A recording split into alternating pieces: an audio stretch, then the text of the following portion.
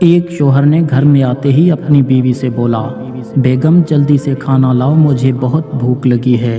بیوی نے کہا، آپ بیٹھ جائیے، میں لے کر آتی ہوں، اور وہ کھانا لینے کچن میں چلی گئی۔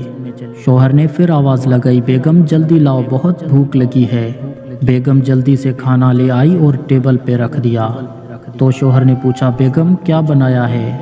بیوی بولی، دال چاول بنائے ہیں۔ یہ سنتے ہی شوہر بولا، ساری بھوک ہی ختم ہو گئی، کچھ اچھا نہیں بنا سکتی تھی؟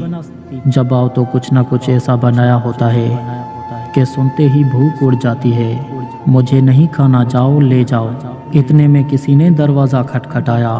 شوہر اٹھا اور دروازہ کھولا تو فقیر کھڑا تھا۔ فقیر کہنے لگا، کل سے کچھ نہیں کھایا، مجھے کچھ کھانے کے لیے دے دو۔ شوہر واپس مڑا اور وہی کھانا جو اسے اس کی بیوی نے دیا تھا سارا اٹھایا اور فقیر کو دے دیا۔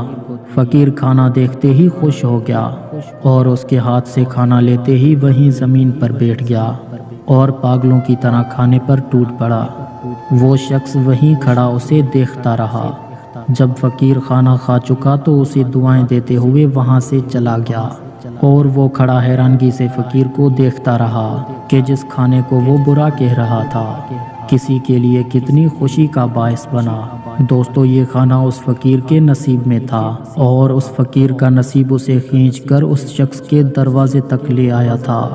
اسی لیے کہتے ہیں، دانے دانے پہ لکھا ہے کھانے والے کا نام۔